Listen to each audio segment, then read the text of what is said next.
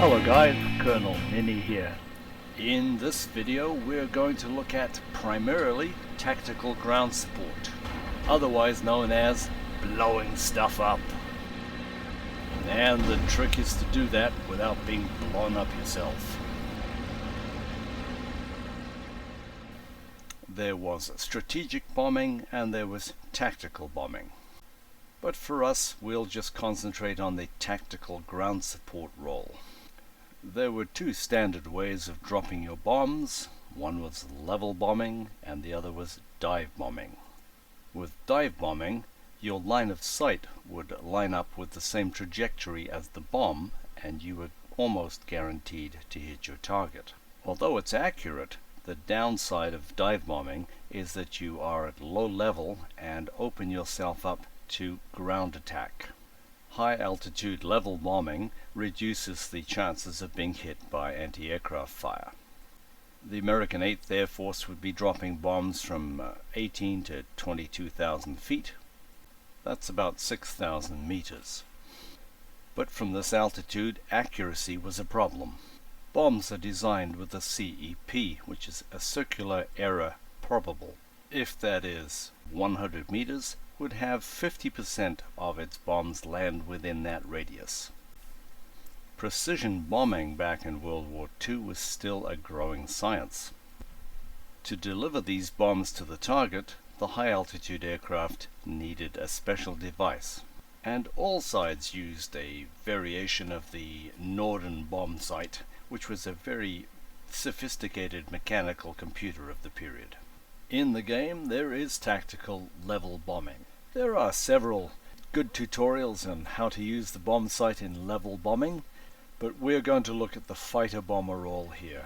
So we need to understand some of the basic physics that goes on as the bomb leaves the aircraft and goes towards the target on the ground. The simple version looks like this. The more realistic version looks like this. And the complex version looks like this.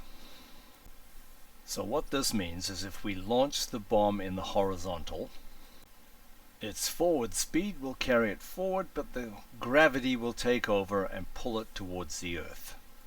And so it will prescribe a nice arc or curve down to the ground.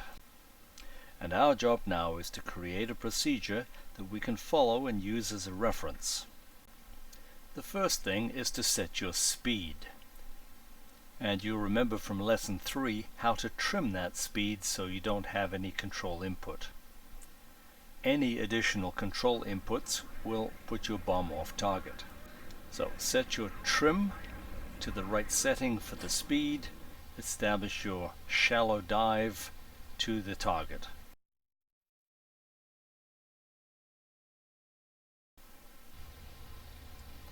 Trim for 360.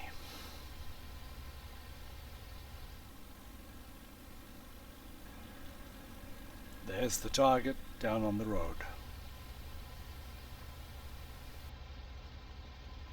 Just to be clear, you don't have to be flying at 360 at this moment, but you're trimming for 360 so that it will be perfect when you're in your descent. Lining up, ready to dive. Looking for 360.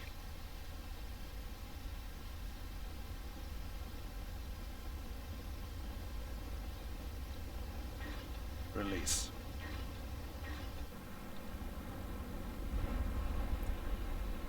Two out of 4 hits.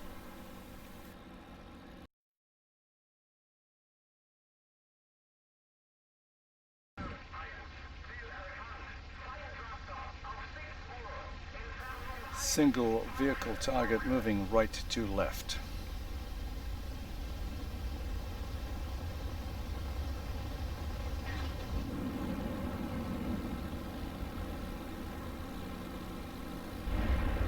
Nice.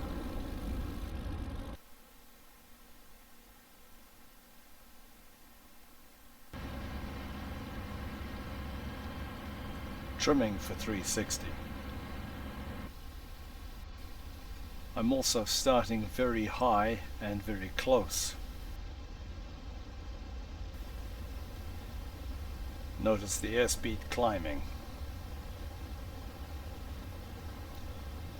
This is not what I planned to do, so I should pull up and try again. Steep, fast. Release.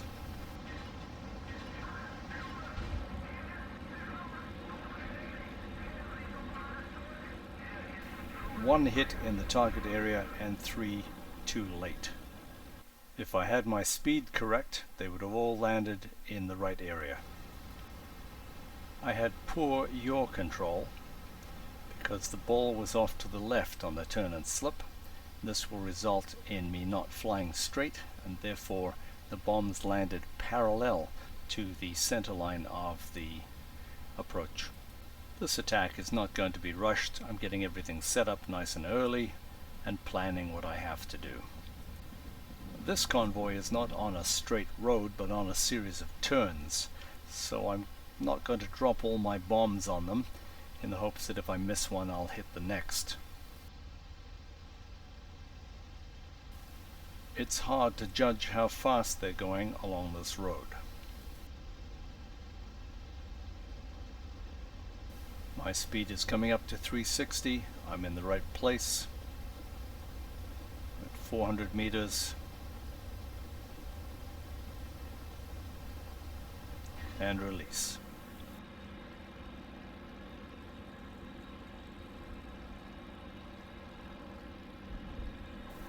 That one landed behind the last vehicle in the column. I should have dropped it a little later to make sure that I landed it in the middle of the column.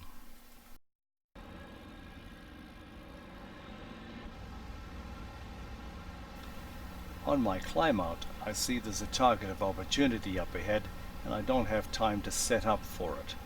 But for this exercise I'm just going to go for it anyway. So it looks like I'm too low and too slow to really make this a good approach. If that's the case, when do you think I should release the bomb? I'm too low because I cannot lower the nose to get my 360 and end up at the right release point. I'd be there too early. Released. The reality would be that you're risking your life every time you make an attack, so you want to make sure that it's well planned and that you can survive it. Oh, look at those starlings. I didn't know they nested this early. 2 bombs to deliver. You tell me when to drop them. Still low, but faster, and the ball is in the center. Released. Right down the center line because the ball was in the center, but bracketing both targets.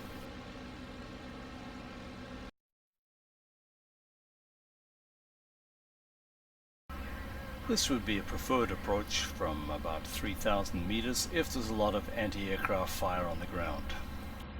Ideally, I'd like to hit the train, but if I miss it, I'd like to hit the tracks in front of it so it will stop it, and then I can come back and finish it off with gunfire. So when I judge I'm in the right position above the train, I'm going to do a wing over, so let's power off, find my target, and head straight for it. I'm watching my altitude like a hawk. Release around 1500 and then pull up. Release.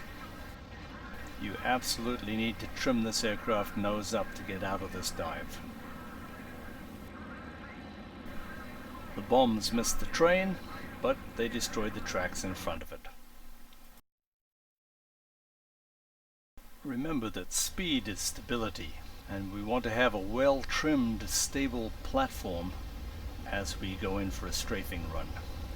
Ideally, I'm going to be so low on this gun run that I want to choose a target with no trees behind it. That will allow me to fly right over the target into the open field beyond. I'm anticipating the second vehicle in the column will be in the right place. But the bastard stopped right in the middle of the trees. causing me to stall momentarily at 20 meters above the ground. Well guys, thanks for watching. It's time for a big jug of German beer. If you've enjoyed this video, found it helpful, please like it or subscribe. Or if there's another topic you'd like me to cover, please